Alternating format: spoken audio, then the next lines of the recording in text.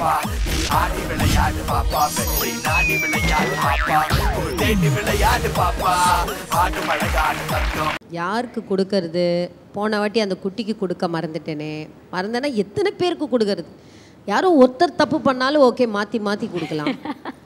So இப்போ நான் என்ன பண்ண போகிறேன்னா, தனித்தனியாக கூப்பிட்டு தான் நான் பர்ஃபார்மன்ஸ் கொடுக்க போகிறேன். Best performance. ஓகே, ஃபஸ்ட்டு இப்போ இதில் the best choreography and dance எல்லாமே சேர்ந்தது பெஸ்ட் பர்ஃபார்மர்.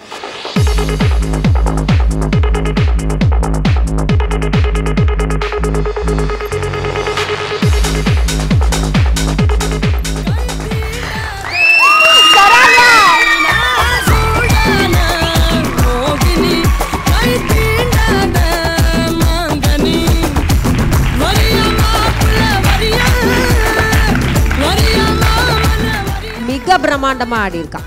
வீட்டில் கூட டான்ஸ் ப்ராக்டிஸ் பண்ணிக்கிட்டே இருப்பாங்க மேடம். ஓகே, திட்டிக்கிட்டே இருப்பேன், சும்மா படி, சும்மா எப்போ பார்த்தாலும் ஆடிக்கிட்டே இருக்கேன் அப்படின்னு. இல்லை, படிப்பு ரொம்ப இம்பார்ட்டன்ட் சரண்யா. ஓகே, படிச்சுட்டு நம்ம கேப்பில் தான் டான்ஸ் பண்ணணும். ஜிம்னாஸ்டிக் போயிருந்தா மேடம். ஜிம்னாஸ்டிக்? ஆமாம், டான்ஸுக்கோசரம் நிப்பாட்டியாச்சு. இல்லை, அது பண்ண சொல்லுங்கள். ஏன்னா ஜிம்னாஸ்டிக் டைம் கிடைக்கல மேடம். ஜிம்னாஸ்டிக் நீங்கள் வாரத்துக்கு 2 நாளாவது போய், ஏன்னா ஃப்ளெக்சிபிள் பாடி ரொம்ப இம்பார்ட்டன்ட். இந்த சின்ன வயசில் தான் அவங்களோட என்டர்டைன் இதெல்லாம் காமிச்சு விட்டுரும். அதுக்கப்புறம் ஒரு 8 வயசு 8ஆம் கிளாஸ் படிக்கும் போதெல்லாம் படிப்பு தான் ரொம்ப இம்பார்ட்டன்ட். சரி, ரொம்ப நல்லா பண்ணாங்க. உங்கள் கையால் உங்கள் பொண்ணுக்கு நீங்கள் எதாவது சொல்ல விரும்புகிறீங்களா? அவளோட இன்ட்ரெஸ்டடான இவ்வளோ அவங்க அத்தை சப்போர்ட் பண்ணாங்க. ஆமாம், ஸோ அதான் இது ஃபுல்லாகவே அவங்க அத்தையே தான் செய்கிறோம். அத்தைக்கு தான் இந்த அவார்டு போய் சேரும் இல்லை? சரி, நீங்கள் அவங்களுக்கு கொடுத்துருங்க உங்கள் பொண்ணுக்கு. அதே மாதிரி நேற்று நடந்த எபிசோடில் கண்டிப்பாக நான் ஒரு கிஃப்ட் கொடுக்கணும். ஆசிப் பிரியாணி, திலீப், நான் நிறைய கொடுப்பேன். திலீப் பசங்க அவ்வளோ அழகாக ஆடுறாங்க. வார்த்தையில் சாரி. இன்னொரு கிஃப்ட் கொடுத்துட்டு நீங்கள் எல்லாருமே செலக்டட் தான். செலக்டட் யாருமே இல்லை. நீங்கள் செலக்டட். நீங்கள் போய் உட்காரலாம்.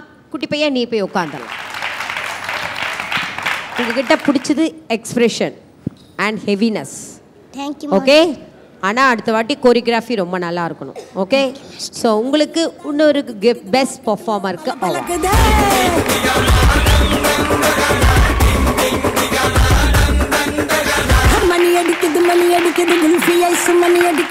நீங்கள் என்ன பண்ணுறீங்க மேடம்? என்ன பண்ணிட்டு இருக்கீங்க? உங்கள் ஹஸ்பண்ட் என்ன பண்ணுறாரு? கொத்தனார் வேலை. பரவாயில்ல, கொத்தனார் வேலை செஞ்சுட்டு உங்கள் பொண்ணு இவ்வளோ அழகாக ஆடுறால, எவ்வளோ சந்தோஷமா இருக்கு உங்களுக்கு? ரொம்ப சந்தோஷம். ரொம்ப சந்தோஷம். எந்த வயசுல இருந்து ஆடிட்டு இருக்கா? அவ சின்ன வயசுல இருந்து டான்ஸ்னா ரொம்ப விரும்பி உயிர். ஓகே, சந்தோஷமா?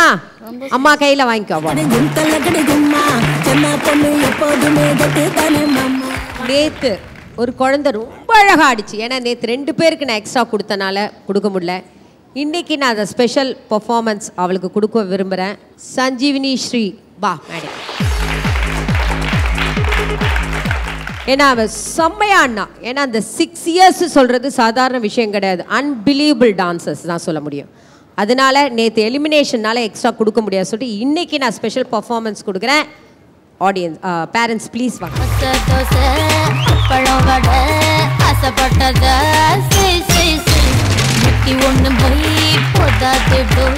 என்ன பயங்கர துருத்துருன்னு இருப்பாளா வீட்லயே?